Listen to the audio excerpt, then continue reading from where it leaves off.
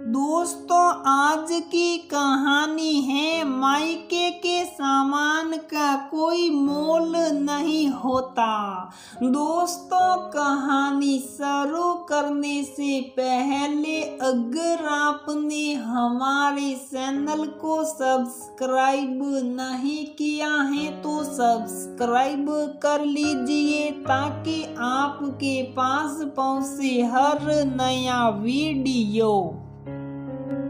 रोते रोते कब मेरी आंख लग गई थी पता ही नहीं चला था। अचानक से पास में ही सो रहे अपने 10 दिन के बेटे कुश के उठकर रोने की आवाज से मेरी आंख खुल गई। वो मेरी छाती से चिपक दूध पीते पीते फिर से सो गया। मैं आज घर के बिगड़े माहौल को याद करके फिर से रोमांची हो गई। तभी पति कुणाल कमरे में आए और बोले, गरिमा माँ की शुरू से आदत रही है, उन्हें बस ऐसा लगता है कि वो जो बोल रही बस वही सही है।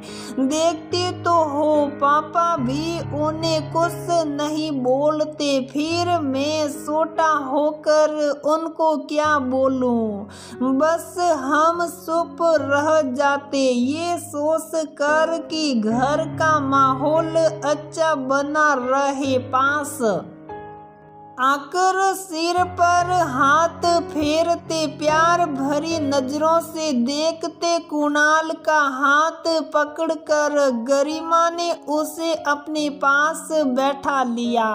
कुणाल, क्या आपको भी लगता है कि मेरे घर वालों की पसंद अच्छी नहीं है या फिर आपने मुझसे शादी करके गलती कर दी? रोते हुए गरिमा ने कुणाल से पूछा। अरे नहीं, गरिमा माना कि हमारी अरेंज मैरिज हुई है, पर मैं तुमसे मिलने के बाद ही शादी के लिए हाँ बोला था। तो तुम ये कैसे सोच सकती हो? तुम मेरी पसंद नहीं हो, बोल तो रहा हूँ। माँ की बात को दिल पर मत लो, अभी तुम्हारा शरीर भी कमजोर है। इन बातों को सोचोगी तो तबीयत खराब हो जाएगी, फिर कुश की देखभाल भी तुम्हें ही करनी है, कुणाल ने कहा। कुणाल, एक बात कहो प्लीज, मुझे आप अपने साथ ही लेकर चलिए। सोच कर तो यही आई थी आपके साथ ही जाना होगा, पर आपने 1 महीने रुकने की बात कहकर मुझे मजबूर सा कर दिया है। क्यों बोल दिया कि कुछ दिन कुछ भी दादा दादी के साथ रह लेगा, पर अब मुझे नहीं लगता कि मैं यहाँ रह पाऊंगी। 2 साल हो गए शादी को, माँ की बात का कभी भी बुरा नहीं मानी हो, पर इस बार माँ ने सबके सामने मेरे मायके वालों को सुना दिया, जो मुझे अच्छा नहीं लगा। आप तो कम से कम समझिए। गरिमा विनती करती हुई बोली, गरिमा ये बेकार की बातें मत करो, अब कुछ दिनों तक तुमको रहना ही होगा। ऐसे कैसे और क्या बोलकर साथ ले जाऊंगा, जबकि मैंने खुद आगे बढ़कर बोल दिया। गरिमा और कुश को महीने भर बाद लेकर जाऊंगा, कुणाल खींचते हुए बोल। कमरे से निकल गया। गरिमा सोचने लगी कितनी खुश थी वो, पहली बार माँ बनने वाली थी। डिलीवरी के लिए उसकी माँ ने बहुत कहा, मेरे पास आ जा, अच्छे से ध्यान रखूंगी। पर मायका छोटे शहर में होने के कारण ससुराल वालों ने मना कर दिया था। वो अपने पास बुला रहे थे, पर कुणाल ने कह दिया कि इस शहर में दोनों जगह से ज्यादा अच्छी सुविधा है। कोई भी दिक्कत हुई तो डॉक्टर मिल जाएंगे। भगवान की दया से नॉर्मल डिलीवरी हुई और बेटा भी स्वस्थ ही हुआ। तब सासू माँ ने कहा, बहू बच्चा तो वहाँ पर हो गया, पर छठी का आयोजन यहाँ हमारे पास होगा। पूरे रिश्तेदारों को बुला कर मनाया जाता है, तो तुम 7 दिन बाद यहाँ आ जाना। जब यहाँ आए तो कुणाल को माँ सुनाने लगी। जरूर बीबी ने कहा होगा, मुझे नहीं जाना ससुराल, तभी तो नहीं आया। आजकल सब बीबी की ही सुनते हैं, माँ की तो कोई सुनता ही नहीं। अरे नहीं माँ, वहाँ सुविधाएं उपलब्ध थी, इसलिए डिलीवरी उधर ही करवा दिया। देखो तुमने कहा तो हम आ गए हैं ना। अब गरिमा 1 महीने रहेगी तुम्हारे पास। कुणाल बिना गरिमा से कुछ पूछे माँ से बोल दिए थे। छठी भोज में बहुत सारे रिश्तेदारों को न्योता दिया गया था।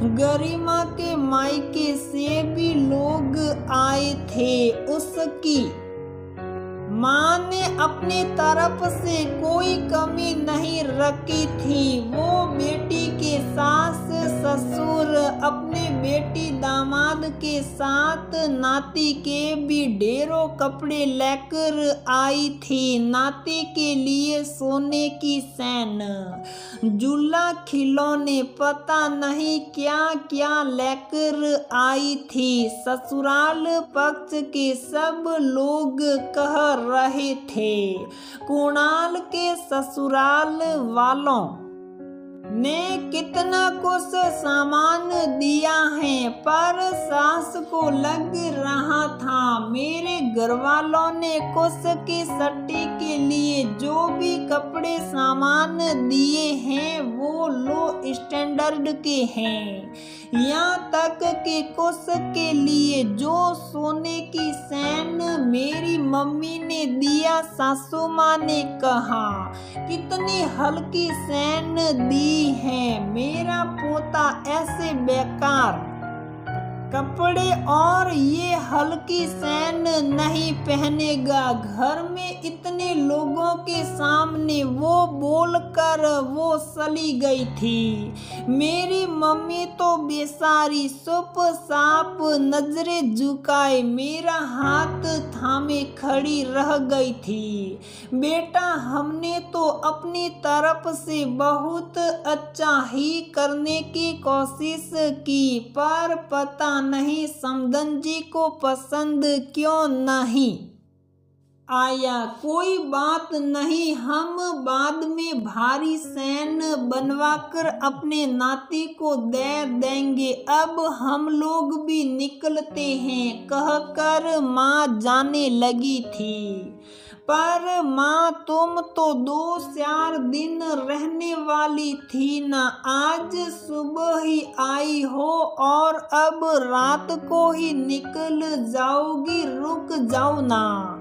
गरिमा माँ को रुकने को बोली, पर वो अब वहाँ कैसे रुक सकती थी। उनके जाने के बाद से मेरा मन बहुत दुखी हो गया और मैं रोती रोते रोते कब सो गई थी पता भी नहीं चला। वो तो मेरे बेटे ने रोकर मुझे उठा दिया था। 2 दिन बाद कुणाल चले जाएंगे। मैं यहाँ कैसे रहूंगी? यहाँ कभी अकेले रहने का मौका नहीं मिला था। जब भी यहाँ आती थी दोनों साथ आते साथ जाते थे। पहली बार कुछ को लेकर रहना, वो भी 1 महीने।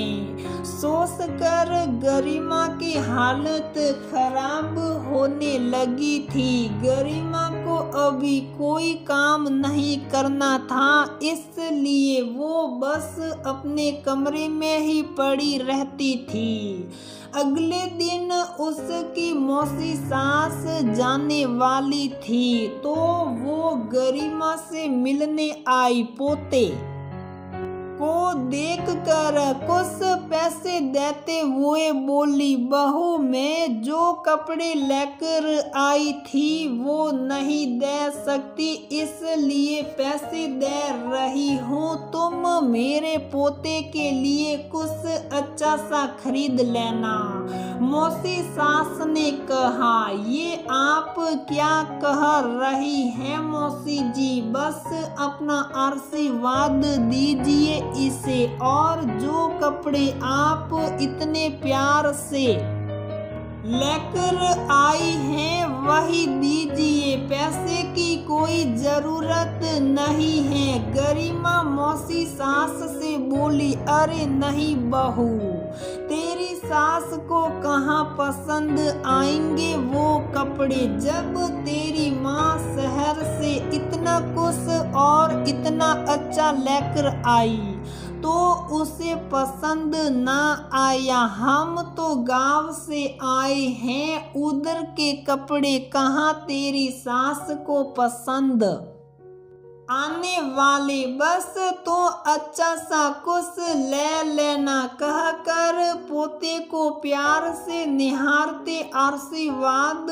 देते हुए मौसी जाने को मुड़ी तो सामने गरिमा की सास नजरें झुकाए खड़ी थी। जीजी मुझे माफ कर दो, मैं तो सोच भी नहीं सकती थी। मेरी अपनी बड़ी जीजी के दिल में ये बात चुभ गई कि वो मेरे पोते के लिए अपने साथ लाया कपड़ा देने में झिझक रही हैं। आप वही दो जीजी जो आप प्यार से लेकर आई हैं, मेरा पोता जरूर पहनेगा। सास ने कहा, देख छोटी, मैं तो तेरी बहन हूँ, मन में कोई बात शुभ भी गई तो निकाल लूंगी। वैसे भी तेरे पास किसी फंक्शन में ही आना होता है,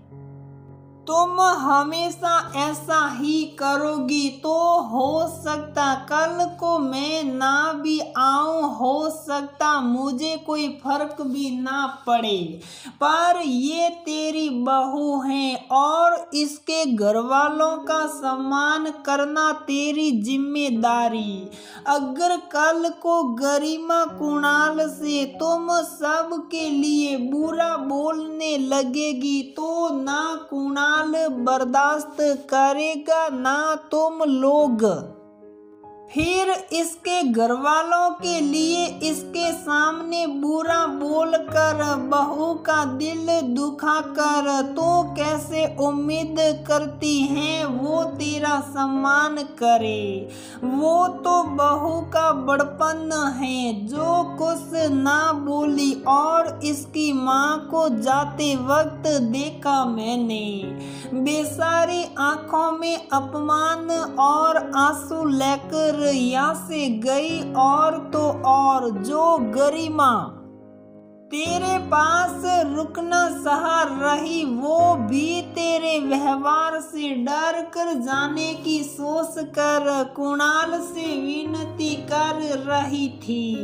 वो तो मैं उस दिन बहू की आंखों में आंसू देख मिलने आ रही थी तो दरवाजे पर ही रुक गई जब कुणाल और गरिमा बात कर रहे थे। अभी भी वक्त है, संभल जाओ, माफी मांगनी ही है तो गरिमा कि माँ से मांगो, उनका दिल दुखाया है तूने। मौसी सास बोलकर अपनी बहन को देखने लगी। आप सही कह रही हो जीजी, मैं समदन जी से आज ही माफी मांग लूंगी और आप भी मुझे माफ कर दो।